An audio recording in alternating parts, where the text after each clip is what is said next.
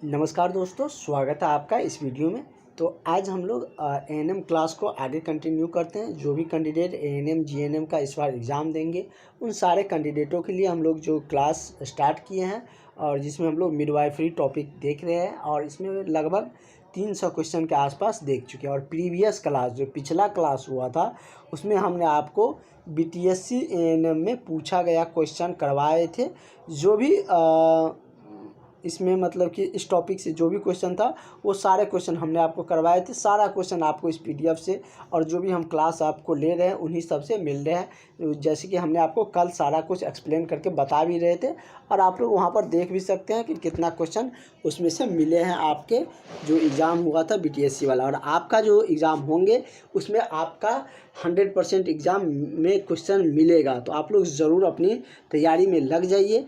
और जो अभी तक क्लास नहीं ज्वाइन किए हैं, इस नंबर पर व्हाट्सअप करके कॉल करके आप लोग ज़रूर क्लास ज्वाइन कर लीजिए, क्योंकि आपको जब तैयारी रहेगा तभी आपका जो सीट है वो कंफर्म हो पाएंगे, जो कि आपका एएनएम का जो कंपटीशन एग्ज़ाम होंगे। क्योंकि कंपटीशन एग्ज़ाम ऐसे ही नहीं निकलते हैं और आप लोग कॉलेज में इतने मेहनत करके डिग्री हासिल किए हैं तो थोड़ा सा 3 महीना आप लोग पढ़ लीजिए थोड़ा सा और आपको जॉब लग जाएगा। नहीं तो फिर डिग्री का कोई मायने नहीं रहेगा, जॉब नहीं रहेंगे। तो इसलिए अगर जो भी चाहते हैं जॉब के लिए इच्छुक है वो सारे कैंडिडेट ज़रूर जो क्लास ज्वाइन करिएगा। आपको तैयारी की पूरी जिम्मेदारी मेरी है। तो चलिए, और बहुत ही कम फ़ी है, आपसे ज़्यादा फ़ी भी नहीं लिया जा रहा है। क्वेश्चन कह रहा है कि जो लेबर रूम का टेम्परेचर है वो कितना रखा जाता है। जो आप लोग जहाँ पर वर्क करिएगा वहाँ पे एक लेबर रूम रहेंगे, उसका टेम्परेचर मेनली कितना होता है। तो जनरली इसका टेम्परेचर भी रूम टेम्परेचर के आसपास ही है, उसके अराउंड ही रखा जाता है। तो रूम टेम्परेचर कितना आपको पता होना चाहिए। रूम टेम्परेचर कितना होता है तो 25 डिग्री सेल्सियस होता है और इसका भी लगभग उससे थोड़ा उसी के आसपास अप्रॉक्स 24 डिग्री सेल्सियस के आसपास में रखा जाता है। इसका करेक्ट आंसर आपका ऑप्शन नंबर बी हो जाएगा। वैसे रूम टेम्परेचर जैसे आप लोग नॉर्मली घर में रहते हैं, कहीं पर रहते हैं, तो वो रूम टेम्परेचर हो गया। इसमें आपको पता होना चाहिए। अगर कहीं पर बोलता है कि रूम टेम्परेचर इतना है तो आप समझिए जिस इन्वायरमेंट में आप रह रहे हैं उसका टेम्परेचर की बात कर रहे हैं। वही आपके घर में फ्रिज रखा हुआ है तो फ्रिज का टेम्परेचर अलग होगा, उसका टेम्परेचर बहुत कम रहता है तब ना उसमें ठंडा रहता है। वही आप ठंडी के दिनों में चल जाते हैं तो आपके घरों में जो हीटर रखा रहता है या और भी बहुत कुछ रखे जाते हैं, तो जनरली उस घर को उस रूम को गर्म किया जाता है तो उसका टेम्परेचर रूम टेम्परेचर उस समय जो टेम्परेचर रहता है उससे अधिक हो जाता है, ठीक ना। तो आप जहाँ पर आपको कोई दिक्कत होने वाली बात रहेंगे वहाँ पर हम एक्सप्लेन आपको करते हुए चलेंगे। कह रहा है कि जन्मजात रूबेला जो कॉन्गेनियल रूबेला होती हैं उनमें उनका जो निम्न में से कौन सा लक्षण नहीं है। जो जन्मजात रूबेला है उसका इनमें से जो नीचे दिया गया आपका ऑप्शन है उसमें से कौन उसका लक्षण नहीं है।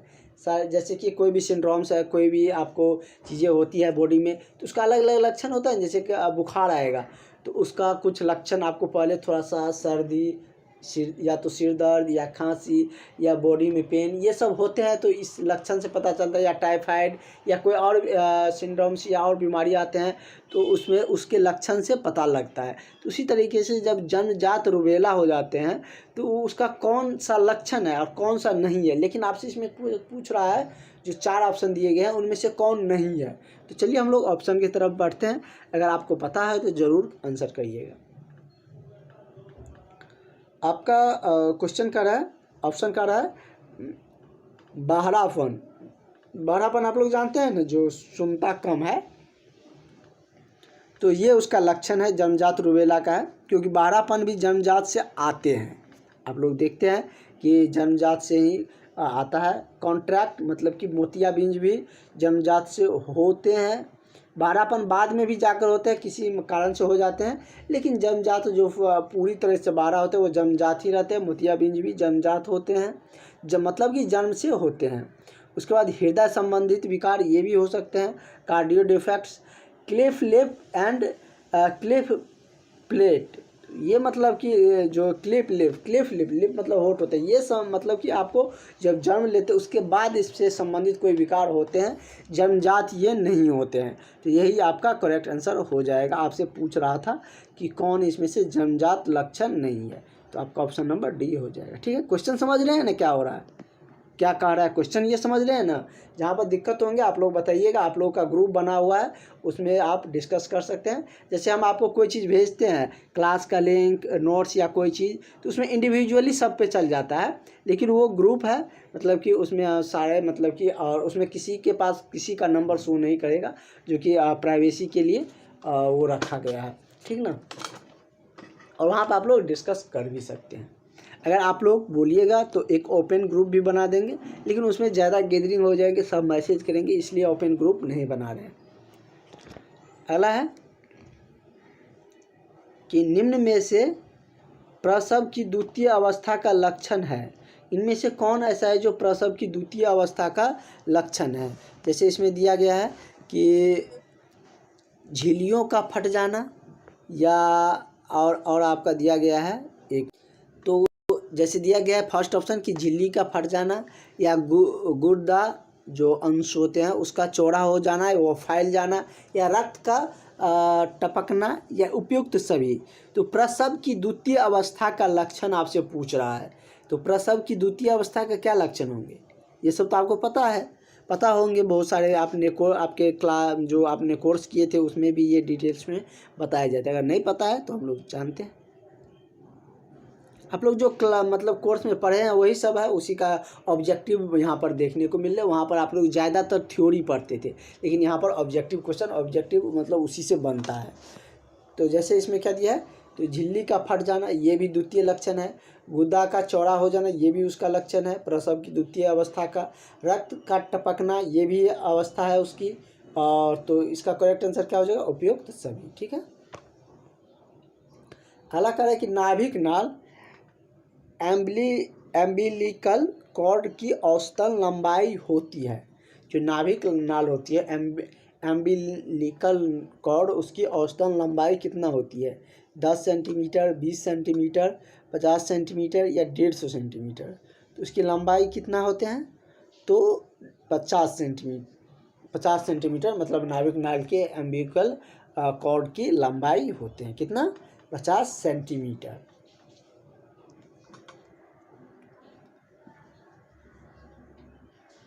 और आप इसमें और वजीना की लंबाई में कंफ्यूज मत करिएगा, उसका लंबाई अलग होता है, इसका मतलब उसको इंच में मतलब कि मापा जाता है। अगला है कि गर्भवती महिला में सिर के डिस्केंट का पता लगाने के लिए कौन सी ग्रिप मतलब कौन सी ग्रिप काम में लिया जाता है। मतलब कि जैसे होता है ना कि जब गर्भवती महिला को मतलब कि जब डिलीवरी होने लगते हैं तो उस समय जनरली डॉक्टर्स जनरली बच्चा को बाहर क्या सिर को ही बाहर लाने की कोशिश करते हैं, उसी को बाहर लाते हैं। अगर नहीं आते हैं तो उसको किस माध्यम से निकाला जाता है, मतलब कौन सी ग्रिप ऐसा लगाया जाता है जो उसको वैक्यूम क्रिएट करके निकाल लिया जाता है। अगर दिक्कत होती है उस केस में, और ज़्यादा दिक्कत क्रिटिकल आ जाता है तो ऑपरेशन करके निकालता ही है। और जैसे कि आप लोग 3 इडियट मूवी देखे होंगे तो वहाँ पर उसका दिखाया भी गया है, जब वैक्यूम किलर को भी लगाकर मतलब कि निकाला था उसमें, लेकिन उसका एक अलग मतलब मशीन आता है, तो उससे मतलब उसका टेम्परेचर और प्रेशर कम रहता है, तो उसका मतलब ग्रिप बना, उसमें एक ग्रिप बना हुआ रहता है। वही कह रहा है कि आपका कि कौन सा ग्रिप उसमें काम आता है, फंडल या लैटरल या पेल्विक 1 या पेल्विक 2। तो कौन से ग्रिप उसमें काम आते वर्क में लिया जाता है, तो लैटरल लिया जाता है। क्या लिया जाता है, सॉरी पेल्विक आपका पेल्विक 2 लिया जाता है। पेल्विक 2 को इसमें मतलब कि ग्रिप को काम में लाया जाता है।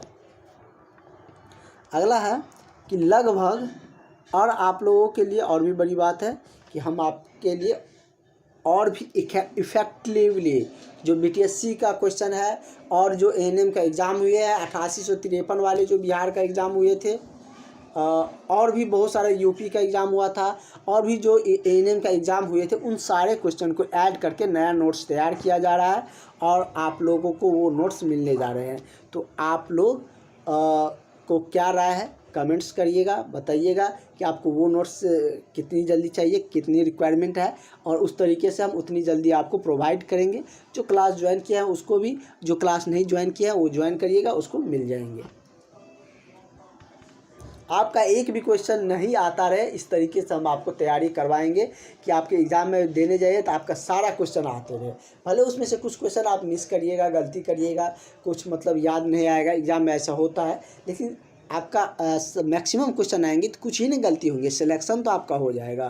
तो उस तरीके से आपका तैयारी लगभग तैयार होते चलेंगे। जिस तरीके से हम लोग एक दिन में 50 क्वेश्चन देख रहे हैं, आप लोगों का आते आते बहुत अच्छा कलेक्शन हो जाएंगे। एक बार रिवाइज फिर से करवा देंगे, सारा कुछ आपको करवाया जाएगा, टेस्ट लिया जाएगा, सारा कुछ आपको प्रोवाइड किए जाएंगे। और जो आपका दोस्त रह गया उनसे भी क्लास ज्वाइन करने के लिए बोलिएगा, क्योंकि ज़्यादा स्टूडेंट रहेंगे तो हमें भी थोड़ा मोटिवेशन मिलेंगे। इतना वर्क कर रहे हैं तो हमें भी थोड़ा अच्छा लगेगा कि ज़्यादा स्टूडेंट रहेंगे, पढ़ाने में भी अच्छा लगेंगे। ठीक है, तो आप लोग का ये उत्तरदायित्व हम आपको सौंप रहे हैं, आप लोग थोड़ा सा ये ध्यान रखिएगा। आपके पास जो भी ग्रुप होंगे एएनएम का, जो भी आपका व्हाट्सएप ग्रुप होंगे, वहाँ पर क्लास वीडियो को ज़रूर शेयर करके एक बार क्लास ज्वाइन करने अपने फ्रेंड सबको भी कह दीजिएगा, जिससे कि उसे भी बेनिफिट मिले और वो जॉब ले सके। क्योंकि आप ही लोग के प्रचार से प्रचार होंगे। अगला है कि लगभग 25% जो मेटरनल डेथ है किस कारण से होते हैं। जो मैटरनल मतलब डेथ, जब गर्भ धारण करते हैं तो उसको मैटरनल डेथ कहते हैं, क्योंकि वो माँ बनने की अवस्था में चल जाते हैं। मैटरनल मतलब माँ के शब्द से रिलेटेड है। तो मैटरनल डेथ का क्या कारण है? संक्रमण या प्रसूति रक्तस्राव, समझ गए ना। मैटरनल डेथ क्या होता है? एक नॉर्मल सिर्फ नॉर्मल कोई मरेंगे तो उसको कहेंगे डेथ। जब गर्भवती धारण समय में, मतलब उस समय में मरते हैं, या प्रसव या कह सकते हैं डिलीवरी के समय में, तो उसको मैटरनल डेथ कहा जाता है। ठीक ना। तो किस कारण से होते हैं? 25% जो कह रहा है उसका मेजर कारण क्या है? एक तो मतलब कि स्तन कैंसर भी होते हैं, लेकिन वो मतलब मैटरनल डेथ में नहीं आएंगे। तो इसका क्या रीज़न है? संक्रमण, प्रसूति रक्तस्राव या असुरक्षित गर्भपात या एम्ब्लेसिया। तो क्या इसका रीज़न हो सकते हैं? इसका जो 25% रीज़न है वो प्रसूति गर्भपात है, सॉरी प्रसूति रक्तस्राव है। क्या है? प्रसूति रक्तस्राव इसका 25% मैटरनल डेथ का कारण है, उसका रीजन है। ठीक ना। मैटरनल डेथ क्या होता है ये आपको पूरी सिंपल भाषा में समझा दी, कोई इसमें दिक्कत है नहीं। ठीक ना। अब आपको मैटरनल डेथ रहेंगे, ऑप्शन नहीं याद रहेगा, फिर भी आप समझ सकते हैं कि किससे इसके मतलब कि होते हैं, क्योंकि चीज़ें पता रहते हैं उसको आप बता सकते हैं, क्योंकि डेली लाइफ की चीज़ें हैं, आप लोग जानते भी है। सारी चीज़ आपके आंखों के सामने होने वाली चीज़ें हैं, उसकी चीज़ बस आपको वो चीज़ें पता होनी चाहिए। टेक्निकल जो शब्द होते हैं, क्योंकि आपने टेक्निकल डिग्री लिया है, तो जो टेक्निकल पढ़ने जाते हैं वहाँ पर टेक्निकल वर्ड भी रहता है, तो वो सब आपको पता रहेगा तो आपको अपने आप क्वेश्चन बनेंगे। अगला है कि पीटोसिन को इंडक्शन के दौरान होने वाला खतरा क्या होता है? पीटोसिन में इंडक्शन के दौरान कौन सा खतरा रहता है? बीपी बढ़ जाने का। बीपी कितना होता है? नॉर्मल जो इंसान रहता है, जो स्वस्थ इंसान है, वो आप कमेंट सेक्शन में आप लोग जिसको भी होंगे पता वो ज़रूर कमेंट करिएगा। बीपी का बढ़ जाना या संक्रमण या गर्भाशय का फट जाना या झिल्लियों का जल्दी फट जाना। तो क्या होता है? मतलब कि पीटोसिन में के इंडक्शन के दौरान होने वाला जो खतरा बना रहता है वो बना रहता है गर्भाशय के फट जाने का। क्या चीज़ का? पीटोसिन में के दौरान इंडक्शन में होने वाला जो खतरा है क्या? गर्भाशय का फट जाने का। ठीक ना। इसका करेक्ट आंसर आपका क्या हो जाएगा? ऑप्शन नंबर आपका सी हो जाएगा। अगला कह रहा है कि डिलीवरी के 24 घंटे बाद होने वाली ब्लीडिंग को पीपीएच माना जाता है। कितना? डिलीवरी के 24 घंटे बाद जो ब्लीडिंग होते हैं उसको पीपीएच में माना जाता है, मतलब कितना मापा जाता है या कितना उसको माना जाता है या मापा जाता है, ये आप समझिए। जब रक्त की हानि 500 ml से अधिक हो जाए तब उसको पीपीएच माना जाएगा, या जब रक्त की हानि 700 ml से अधिक हो जाए, या 100 ml से अधिक हो जाए, या 200 ml से अधिक हो जाए। तो ये कितने होने पर हो इसको पीपीएच हानि माना जाता है? तो ये आपको माना जाता है कितने पर? तो ये 500 ml से अधिक यदि रक्त की हानि या ब्लीडिंग हो जाती है डिलीवरी के बाद 24 घंटे बाद, तो उसको पीपीएच माने जाते हैं। आप लोग बताइएगा पीपीएच होता क्या है, नहीं तो हम आपको कल की क्लास में बताएंगे। कह रहा है कि कौन सी सबसे सामान्य तथा आदर्श पेल्विस है। पेल्विस आपको हमने बताए भी थे कि कहाँ पर होते हैं पेल्विस, इसके बारे में डिटेल्स में बता देते हैं क्या। चलिए हम लोग जानते हैं। कह रहा है कि इनमें से कौन सा सामान्य तथा आदर्श पेल्विस है। जैसे कि एंड्रॉयड दिया है और दिया है गाइनेकॉइड, जो पेलॉइड जिसके इंग्लिश में बोले जाते हैं, या पैलाइड या एंथ्रोपैराइड्स। तो क्या है मतलब कि सबसे सामान्य और आदर्श जो पेल्विस माना जाता है वो गाइनेकॉइड्स को माना जाता है। किसको माना जाता है? गाइनेकॉइड को। तो इसका करेक्ट आंसर आपका ऑप्शन नंबर बी हो जाएगा। मतलब ये होते कहाँ, मतलब कि आपके जो चेस्ट वाले भाग होते हैं वहाँ पर ये मतलब कि पेट से ऊपर वाले जो मतलब कि होते हैं हिस्सा, वहाँ पर पेल्विस होते हैं। फिगर बोलिएगा तो हम नेक्स्ट क्लास में आपको दिखा देंगे, ट्राई करेंगे कि उस क्लास में पेल्विस की सारी डिटेल्स आपको फिगर के जरिए समझा सके। कह रहा है कि एक गर्भवती महिला द्वारा कितनी मात्रा में अतिरिक्त कैलोरी लेनी चाहिए। मतलब गर्भवती महिला को कितना कैलोरी अतिरिक्त देना चाहिए, कितना की ज़रूरत होती है, कितना की रिक्वायरमेंट होती है। तो ये क्वेश्चन हम लोग बहुत बार देख चुके हैं। तो या तो 2500 रहे या 2800 रहे या 3000 रहे। 3000 किलो मतलब कि क्या है, 300 किलो कैलोरी की ज़रूरत पड़ती है। मतलब अतिरिक्त कैलोरी 300 किलो कैलोरी की मतलब कि उसमें ज़रूरत गर्भवती महिला को पड़ती है। हालांकि गर्भवती महिला द्वारा 18 से 20 सप्ताह की गर्भ अवस्था में गर्भस्थ शिशु के मूवमेंट महसूस करना कहलाता है क्या। मतलब 18 से 20 सप्ताह जब पूरा हो जाता है तो शिशु का मूवमेंट, मतलब कहता है कि उधर वाले भाग पर पेट पर हाथ रखने पर बच्चे का कुछ फील होता है, या तो लात मारते हैं या हाथ इधर उधर के, तो कुछ उसका मूवमेंट पता चलता है। तो वही कह रहा है कि कौन जो मूवमेंट महसूस करना मतलब कि होने लगता है तो वो क्या कहलाता है, ये आपसे पूछे जा रहे हैं। तो जैसे कि आपका ऑप्शन दिया गया है कि लाइटनिंग या क्विकेनिंग या एमेनरेफ या वीनिंग्स, तो उसको क्या कहा जाता है? क्विकेनिंग कहा जाता है। क्या कहा जाता है? मतलब कहता है ना किक मारा है, तो वही क्विकेनिंग है। जैसे किक मारना, हाथ ऐसे करना या ये मतलब कि इधर करना उधर फेंकना, कहते हैं किक मारता है, तो मतलब कि वही उसी से आया है क्विकेनिंग। तो याद रहेगा इस तरीके से, मतलब कि नॉर्मली आप सोचिएगा किक मारता है तो क्विकेनिंग हो जाएगी। तो वही मतलब कि उसका जो मूवमेंट होता है उसका क्विकेनिंग्स कहे जाते हैं। पीपीएच का जो कॉमनेस्ट यूज है वो क्या है।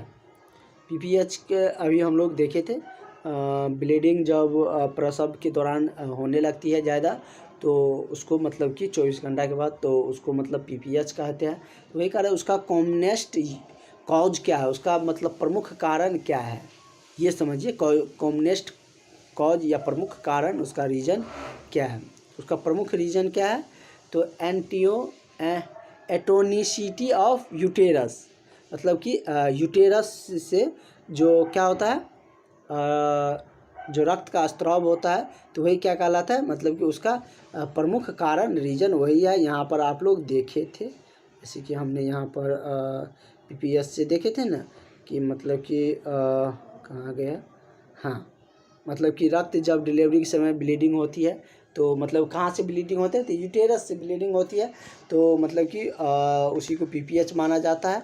और वही से क्वेश्चन था आपका कि उसका कॉमन मतलब कि कॉज क्या है, उसका रीज़न क्या है। तो ये हम लोग जान चुके। एटोनिसिटी ऑफ यूटेरस इसका मतलब प्रमुख रीज़न है। हालांकि गर्भ अवस्था के दौरान वजन में लगभग कुल कितनी वृद्धि होती है, ये तो बहुत बार क्वेश्चन देख चुके हैं। 11 kg। निम्न में से कौन सी वैक्सीन गर्भवती महिला को लगाई जाती है। तो ये हम लोग देखे थे कि जैसे 3-4 को वैक्सीन दिया हुआ था और उसमें हमने आपको बताए थे कि जैसे मीजल्स है ये सब नहीं लगाया जाता। इससे पहले जो क्वेश्चन आए थे उसमें था कि कौन सा वैक्सीन नहीं लगाया जाता है, तो उसमें बहुत सारा मतलब कि वैक्सीन था जिसमें मीजल्स भी था, तो मीजल्स नहीं लगाया जाता। तो चलिए देखते हैं कौन कौन सा नहीं लगाया जाता। टेटनस हम लोग वहाँ पर देखे थे कि लगाया जाता था, BCG भी नहीं लगाया जाता था, टीपी जो DPT है वो भी नहीं लगाया जाता है, तो टेटनस का लगाया जाता था, तो ये सब नहीं लगाया जाता है। इसका करेक्ट आंसर आपका ऑप्शन नंबर सी हो जाएगा। मतलब उसी क्वेश्चन को घुमा के पूछा, एक बार पूछ सक या तो पूछेगा कि कौन सा वैक्सीन लगाया जाता है या पूछेगा कौन सा वैक्सीन नहीं लगाया जाता है। तो नहीं लगाने के केस में मीजल्स दिया रहेगा, लगाने के केस में टेटनस या और भी कुछ रहेगा। तो आप ये देखिए मीजल्स, BCG और DPT ये सब नहीं लगाया जाता है, ठीक ना।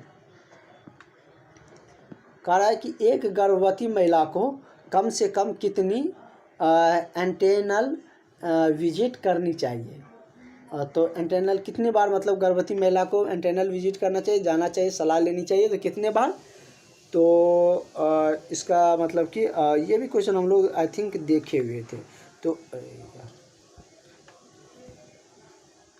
3 बार उसमें उस समय भी हम लोग देखे थे ना, मतलब कि 3 बार मतलब कि सलाह लेनी चाहिए। 3 या तो आप 3 महीना का अंतराल कर लीजिए, 3-3 महीना के अंतराल पे, या जिस अनुसार सुविधा हो या जब दिक्कत हो उस अनुसार, मतलब मिनिमम 3 तो लेना ही चाहिए। जिसको क्रिटिकल है उसको मतलब ज़्यादा, जैसे एक पहले मतलब कि मतलब डिलीवरी के समय बच्चे का नुकसान हो गया या कोई मतलब ऐसा क्रिटिकल आ गया तो उसको ज़्यादा सलाह लेनी पड़ती है। नॉर्मली आपको 3 बार जो एटेनल्स जो विजिट है वो करनी चाहिए। अगला है कि जैसे आप भी रहिएगा तो आएगा ड्यूटी के समय में आप रहिएगा, अगर कोई पेशेंट आएगा तो उसको आप कितने बार यूटेलस विजिट का मतलब कि सलाह दीजिएगा, तो 3 टाइम्स बोलिएगा एंटेनल्स विजिट का। तो चलिए हम लोग आगे का क्वेश्चन देखते हैं। कह रहे कि IUD लगाने की कॉमनेस्ट कॉम्प्लिकेशन है क्या। दर्द, रक्तस्राव, परफॉर्मेंस या एप्टोपिक प्रेगनेंसी। तो क्या है इसका कॉमनेस्ट एप्लीकेशन, इसका मतलब कॉमनेस्ट यूज क्या है। तो इसका कॉमनेस्ट एप्लीकेशन यह है रक्तस्राव, ब्लीडिंग के लिए ये लगाया जाता है। IUD लगाने का कॉमनेस्ट एप्लीकेशन है, ब्लीडिंग के दौरान इसको लगाए जाते हैं, ठीक ना।